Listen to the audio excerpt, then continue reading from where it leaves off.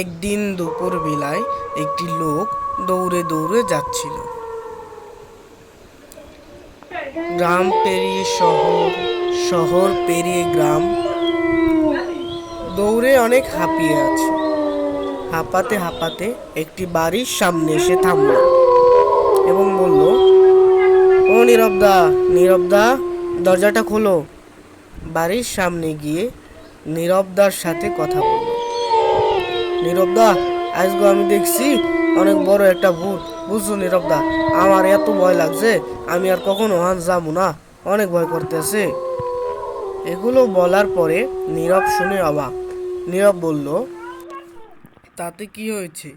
এই গ্রামে ভূত? আমার তো বিশ্বাসই হচ্ছে না। এটা শুনে রমেশ বলল, আমি নিজের চোখে দেখেছি। তাহলে শোনো। একদিন রমেশ রং কিনতে বাজারে যাচ্ছিল। বাজারে যেতে গিয়ে দেখলো উপরে একজন শাকচুন্নি বসে রয়েছে। রমেশ ভয় পেয়ে চিৎকার করে বলে, আমাকে ছেড়ে দাও শাকচুন্নি, আমাকে ছেড়ে দাও, আমি আর কখনো এখানে আসবো না। আমি এসেছিলাম আমার বাচ্চার জন্য রং কিনতে, আমার কোনো দোষ নেই, আমাকে ছেড়ে দাও, আমাকে যেতে দাও, আমাকে ছেড়ে দাও, বাঁচাও বাঁচাও, কেউ আছো? এটা শুনে শাকচুন্নি গাছ থেকে লাফ দিয়ে নামলো।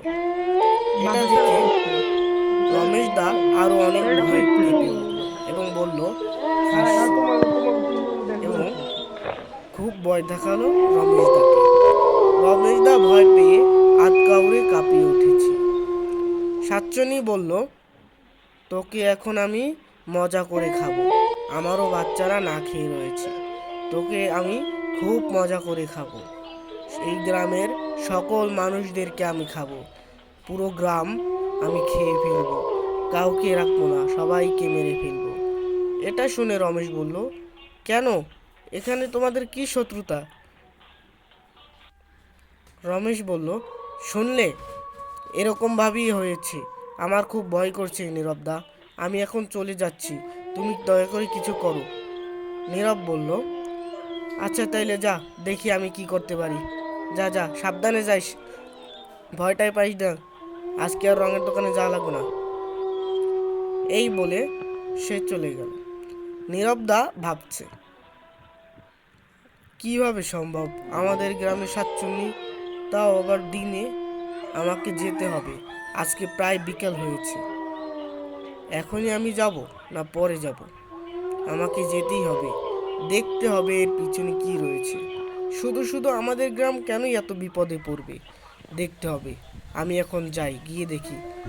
এই বলে নীরবদা হাঁটতে হাঁটতে সেই বাজারের দিকে রওনা হলো এবং সামনে শাকচুন্নিকে দেখলো। শাকচুন্নিকে দেখার পরে নীরবদা ভয়ে একটু পিছিয়ে গেল। শাকচুন্নি বলল, তুই আবার এসেছিস ছোকরা, তোকে এবার আমি আরো মজা করে খাবো। আগেরটাকে তো ধরতে পারিনি, এবার তোর পালা। তোদের সব গ্রামগুলোকে আমি খেয়ে ফেলবো, তোদের গ্রামের একটা মানুষও আমি রাখবো না। তোদের গ্রামের মানুষগুলো অনেক খারাপ। আমার সাথে কি হয়েছে জানিস? এই বলে শাকচুন্নির পিছের ব্যাকগ্রাউন্ড দেখালো। দেখা যাচ্ছে লিলিমা নামের একটি মেয়ে গ্রামে হেঁটে যাচ্ছিল। তখন সামনে রতন নামের একটি ছেলে ঝাঁপ করে তার সামনে আসে এবং বলে, কিরে নীলিমা, তোকে তো আজকে সেই সুন্দর লাগছে, কি কয়দিন ধরে লেটার পাঠাইতেছি, প্রেম করবি না? সেই সুন্দর লাগছে। নীলিমা ভয়ে একটু কুঁদরিয়ে উঠল এবং বলল, এখান থেকে সরে যা, আমি কিন্তু এবার গ্রামের লোকজন ডাকবো এবং তোকে মার খাওয়াবো, মার খেতে খেতে পাগল হয়ে যাবি। এটা শুনে রতন বলল, তুই আমাকে মার খাওয়াবি? তুই? আয় আয় দেখি কেডা কাকে মার খাওয়ায়, আয়। এই বলে রতন নীলিমার উপরে ঝাঁপিয়ে পড়ল। শাকচুন্নি বলল, এবার বুঝেছ কি হয়েছে? নীরবদা ভয়ে বলল, আচ্ছা, ওর শাস্তি হবেই হবে, আমি তোমাকে কথা দিচ্ছি, ওর শাস্তি আমি করেই ছাড়ব। তুমি আমাকে ওর কাছে নিয়ে চলো, ওকে কেমন দেখতে সেটা আমি দেখতে চাই এবং আমি নিজের হাতে ওকে শাস্তি দিব, তোমাকে কথা দিলাম, পুরো গ্রামের সামনে। আর এমন ভুলও কখনো করবে না, তুমি আমাকে বিশ্বাস করতে পারো। শাকচুন্নি তাকে রতনকে দেখিয়ে দেয়। রতনকে দেখিয়ে বলে, এই লোকটি। নীরবদা একটু কিছু ভেবে তারপর বলে, আচ্ছা এই লোকটি, একে তো আমি দেখে নিব, এবার তুমি যেতে পারো, তোমার কাজ শেষ, তুমি আমার উপরে ভরসা রাখতে পারো, আমি ওকে জেলের ভাত খাওয়াবো, তুমি আমার উপরে ভরসা রাখো, আর কোনো ক্ষতি করবে না, এবার চলে যেতে পারো। শাকচুন্নি চলে যায় এবং নীরবদা কিছু ভেবে সেখান থেকে চলে যেতে শুরু করে।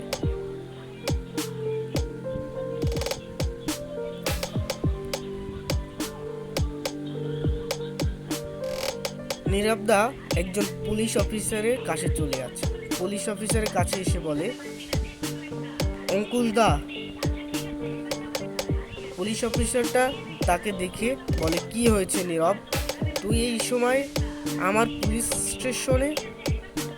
নীরব তা শুনে বলে, অঙ্কুশ দা, একটা ঘটনা হয়েছে, শোনো। ঘটনাটা নীরবদা তাকে খুলে বলে। অঙ্কুশদা কিছু ভেবে নেয় এবং বলে, চল আমি যাব তোর সাথে, গিয়ে দেখবো এত বড় সাহস কার যে এই কাজগুলো করে বেড়াচ্ছে, তাকে ধরতেই হবে, না হলে পুরো গ্রাম চলে যাবে। এই বলে অঙ্কুশদা তার সাথে চলে আসে একজন কনস্টেবলকে নিয়ে, এবং অঙ্কুশদা বলে, এই ছোকরাটি, একে তো আমি অনেকদিন ধরে খুঁজছি, এ একজন খারাপ মানুষ, একে আমাদের ধরতেই হবে, কনস্টেবল ওকে ধরো। এই বলে পুলিশ অফিসার দুটো ওকে ধরে ফেলে এবং নীরবদাকে বলে, ধন্যবাদ নীরব, তোকে, তোর জন্য একে পেয়েছি, এর জন্য তুই সরকার থেকে অনেক পুরস্কার পাবি। এই ফাঁকে রতন বলে, আমাকে এবারের মতো তো জেলে দিয়ে দিলি, যদি ছাড়া পাই কখনো তোর খবর আছে, আমাকে কেউ ধরতে পারেনি, তোকে আমি মেরেই ফেলবো জেল থেকে বের হয়ে। এই কথা শুনে পুলিশ অফিসারটি ধমক দিয়ে বলে, আমি তোকে জেল থেকে কখনোই বের হতে দিব না, তোকে এমন মারা মারবো তুই অনেক ব্যথায় চিকরিয়ে চিকরিয়ে মা বাবা বলে বলবি, এবং এই ঘটনাগুলো করতে তোর হাত পা সব কাঁপবে। এই বলে পুলিশ অফিসারটি তাকে ধন্যবাদ জানায় এবং বলে, আপনি সরকার থেকে অনেক টাকা পাবেন নীরব। এই বলে সেখান থেকে পুলিশটি চলে যায় এবং নীরব হাসিতে হাসিতে খুশি হয়ে যায়। নীরবের পিছনে শাকচুন্নিটি এসে দাঁড়ায় এবং তাকে দেখে অনেক খুশি মনে হচ্ছিল, সে মুক্তি পেয়ে যায়। বন্ধুরা, আমাদের গল্প এখানেই শেষ।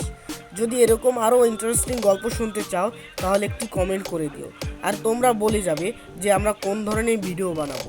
তোমরা যে ধরনের ভিডিও বানাতে বলবা সেই ধরনের বানাবো। ভূতের উপরে টপিক থাকবে, ফানির উপরে টপিক থাকবে। তোমাদের কাছে যদি এই কার্টুনটি দেখে কোনো ভুল মনে হয়ে থাকে তাহলে কমেন্টে জানিয়ে দেবে। ধন্যবাদ, একটি লাইক করে দেবে, সাবস্ক্রাইব